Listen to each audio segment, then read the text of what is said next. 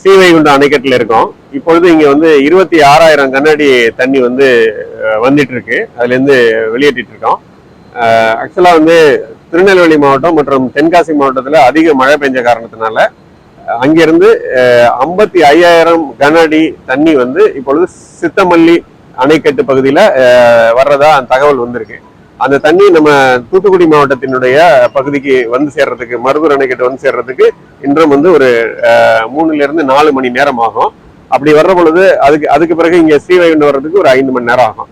ஒட்டுமொத்தமான இந்த நேரத்துக்குள்ள அப்ப வர்றப்ப நம்மளுக்கு அதோட சேர்த்து சித்தாறு அப்படின்னு சொல்லக்கூடிய குற்றாலம் பகுதியிலிருந்து வரக்கூடிய சித்தாறு பகுதியிலிருந்தும் ஒரு 20,000 கனஅடி தண்ணி நம்மளுக்கு வர்றதுக்கு வாய்ப்பு இருக்கு.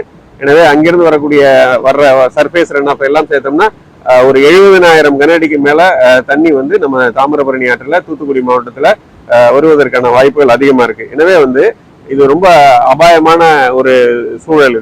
இந்த சூழல்ல தாழ்வான பகுதிகள்னு சொல்லி சில பகுதிகளை நம்ம ஸ்ரீவைகுண்டம் தாலுகா மற்றும் ஏரல் தாலுகால வந்து ஐடென்டிஃபை பண்ணியிருக்கோம். அந்த தாழ்வான பகுதிகளில் வசிக்கக்கூடிய பகுதிகள் குறிப்பா வந்து பாத்தீங்கன்னா ஸ்ரீவைகுண்டம் தாலுகால இருக்கக்கூடிய களியாவூர், அகரம், முத்தாலங்குறிச்சி, ஆறாம்பண்ணை, முரப்பநாடு கோயில்பத்து, ஆடிக்குடி, பொன்னங்குறிச்சி, ஆழ்வார்தோப்பு, புதுக்குடி ஆகிய இந்த ஊர்களில் இருக்கக்கூடிய மக்கள், தாழ்வான பகுதியில் இருக்க மக்கள்லாம் உடனடியா வந்து நிவாரண முகாம்கள், ரிலீஃப் ஷெல்டர்ஸ்க்கு, பாதுகாப்பான இடங்களுக்கு உடனடியாக போகணும்.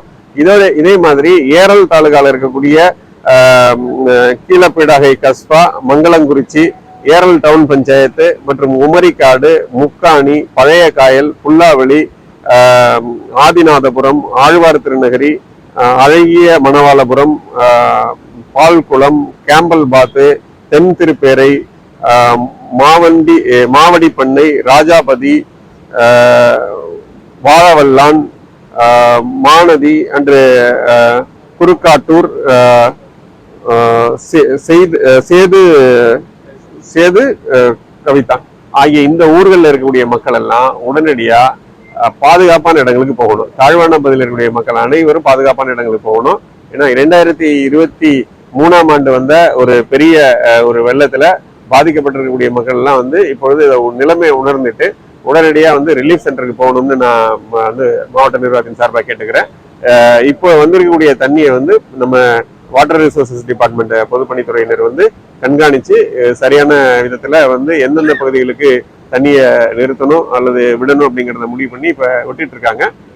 இந்த வெள்ள அபாய எச்சரிக்கை அனைவரும் வந்து சீரியஸா எடுத்துக்கிட்டு யாரும் வந்து இந்த நீர்நிலை பகுதிகளுக்கு போக வேண்டாம். அதே மாதிரி சிறுவர்கள், மற்றவர்கள், பெரியவர்கள் யாருமே வந்து நீர்ல இறங்கி குளிக்கிறதோ, மீன் பிடிக்கிறதோ, விளையாடுறதோ இந்த மாதிரி பணிகள் வேண்டாம். இப்பொழுது வீடுகளில் இருக்கக்கூடிய மக்கள் வெள்ளம் வரும் அப்படின்னு சொல்லி எதிர்பார்த்துட்டு இருக்கிறதுக்கு முன்னாடியே நம்ம போயிடுறது நல்லது. இன்னும் நம்மளுக்கு ஒரு 3 to 5 மணி நேரம் டைம் தான் இருக்கு. அந்த டயத்துக்குள்ள நம்ம பாதுகாப்பான இடங்களுக்கு போகணும் என்று அனைவரையும் நான் கேட்டுக்கிறேன்.